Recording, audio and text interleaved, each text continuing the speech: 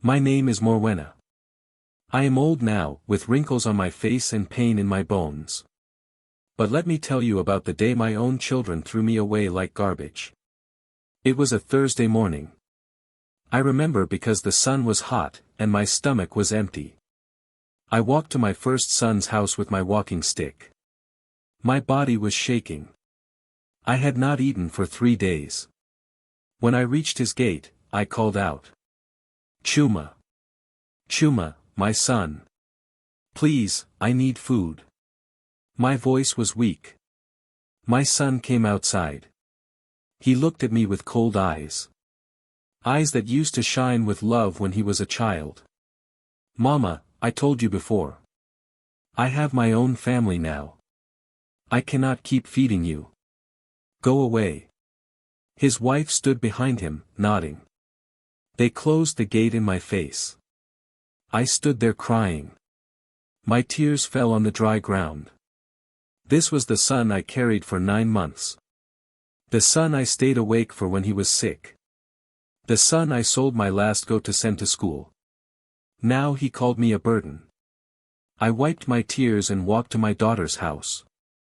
Maybe Thandai would help me. She was my only daughter. We used to laugh together. We used to cook together.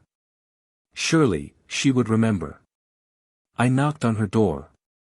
She opened it just a crack. Mama, what are you doing here? She asked. Her voice was not happy. My child, I am hungry.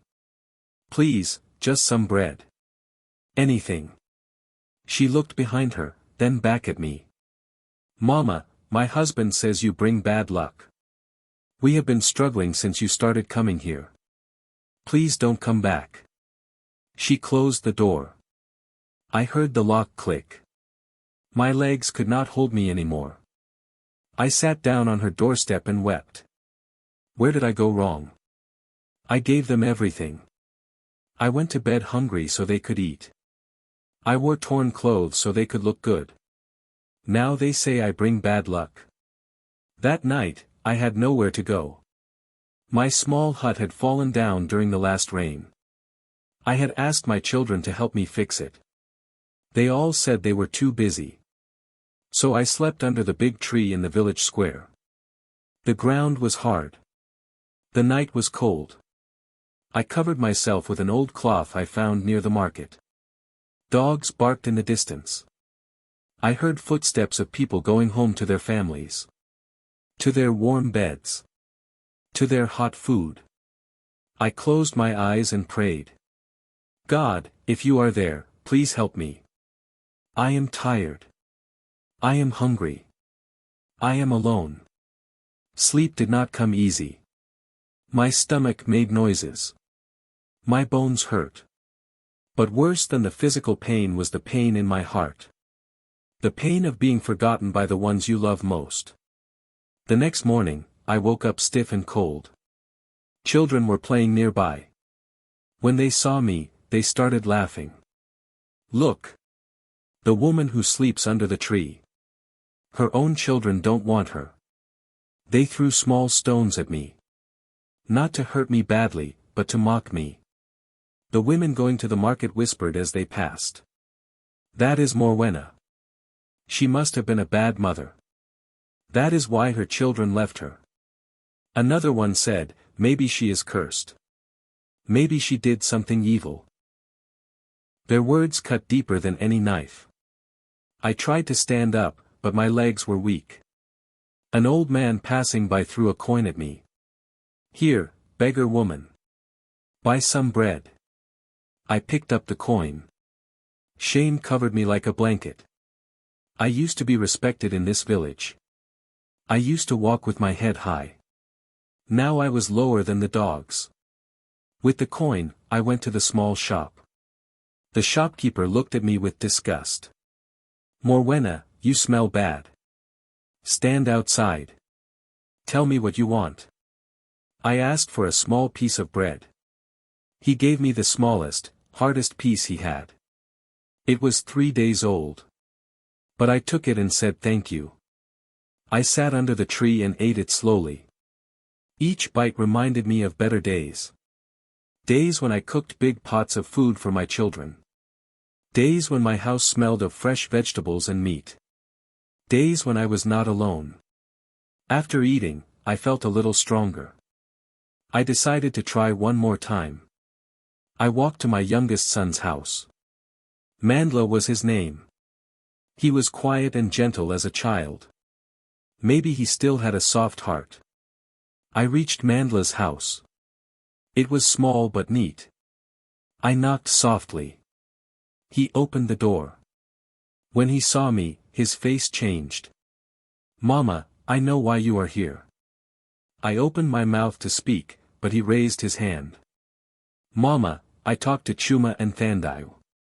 We all agreed. You need to learn to stand on your own. We cannot help you anymore. But my son, I am old. I am weak. I cannot work like before." He shook his head. "Mama, you are only 65. Other old people work. You just want us to carry you forever. We are tired." He gave me 2 coins. "This is the last time. Don't come back." The door closed. I stood there feeling like my soul had left my body. All 3 of my children had rejected me. The children I suffered for. The children I chose over my own happiness. They called me lazy. They called me a burden. They wanted me gone. I walked back to the village square. My walking stick felt heavy in my hand. My body felt heavy. My heart felt heavy. Everything was heavy. I sat under the tree and looked at the sky. "Maybe I should just die," I whispered. "Nobody wants me here. Nobody cares." I thought about my husband. He died 15 years ago. He was a good man. If he was alive, he would not let this happen. But he was gone.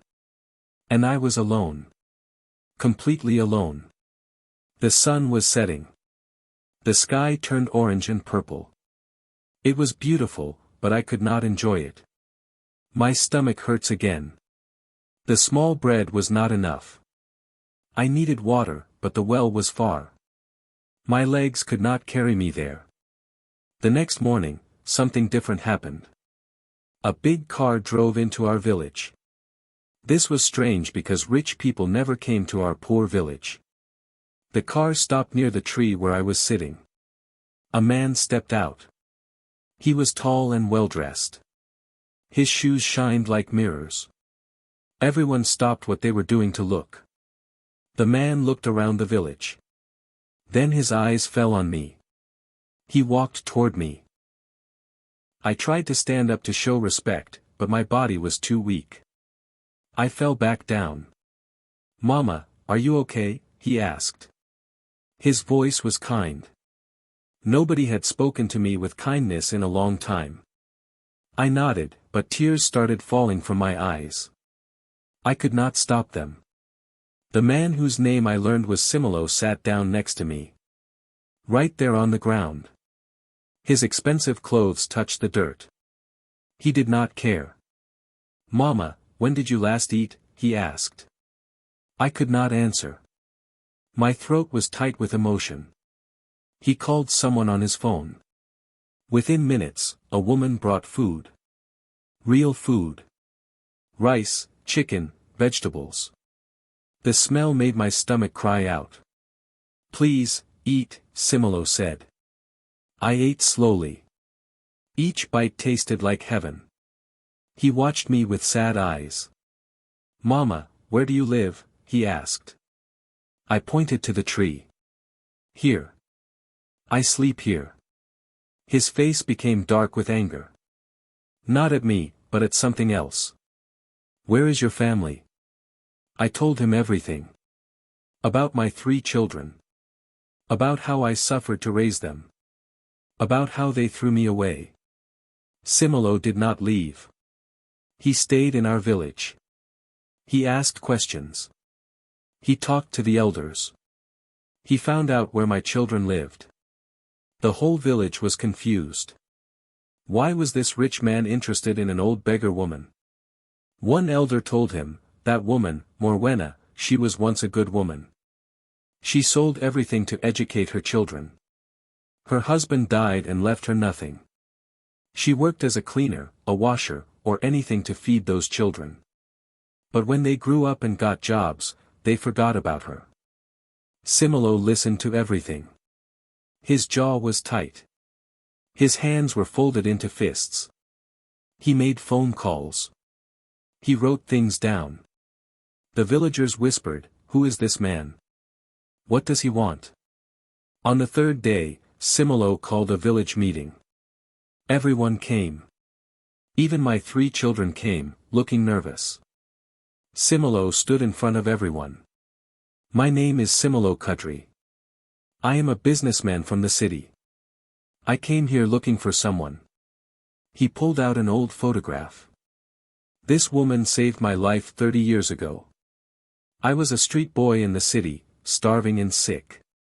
She found me and took care of me. She gave me food from her own mouth.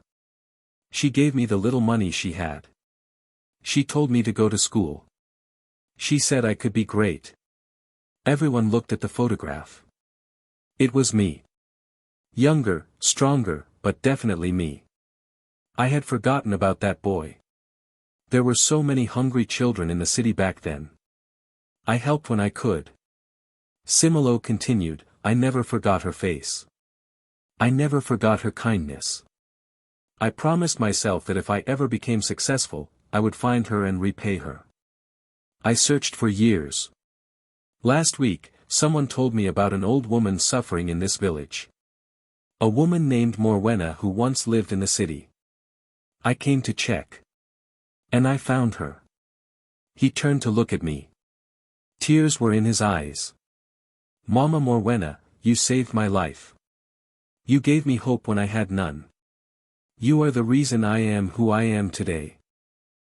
And I found you here, abandoned and forgotten. Sleeping under a tree like an animal." The whole village was silent. My children looked at the ground. Shame covered their faces. They had no words. Simelo did not just talk. He acted. The next day, builders came to the village. They started building a house.